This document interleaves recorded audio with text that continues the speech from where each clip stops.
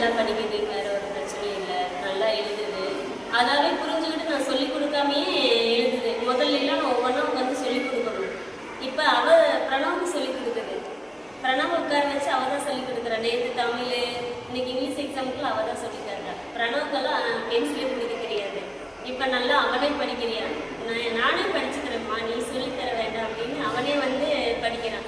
எனக்கு வந்து வேலை ரொம்ப மிச்சம். போன வருஷத்தோட இந்த வருஷம் நல்லா படிக்கிறியா. அது டிசிப்ளினாக இருக்காங்க. மெயினாக ரொம்ப சேட்டை பண்ணாமல் இப்போதான் கொஞ்சம் சேட்டையில் பிரணவ் குறைஞ்சி ரொம்ப டிசிப்ளினாக இருக்கான். எங்கேயாவது போனவங்க முதல்ல ரொம்ப சேட்டை பண்ணுவோம், குறும்பு. இப்போலாம் ரொம்ப அமைதி, ஒழுக்கமாக இருக்குது ரொம்ப. அதுதான் மெயின். படிப்பும் நல்லா படிக்குது பிரணவ். வேறு எதுவும் இல்லை, நல்லா படிக்கிறாங்க. பிரணவ் தான் டான்ஸ் ஆடுவான்னு எக்ஸ்பெக்ட் பண்ணவே இல்லை. நல்லா டான்ஸ் ஆடலாம். எல்லாரும் அது வீடியோ பார்த்துட்டு சூப்பராக இருக்குது, குட்டியாக இருந்துட்டு இப்படி ஆடுறா, நல்லா ஆடுறா அப்படின்னு சொன்னாங்க. இன்னுமே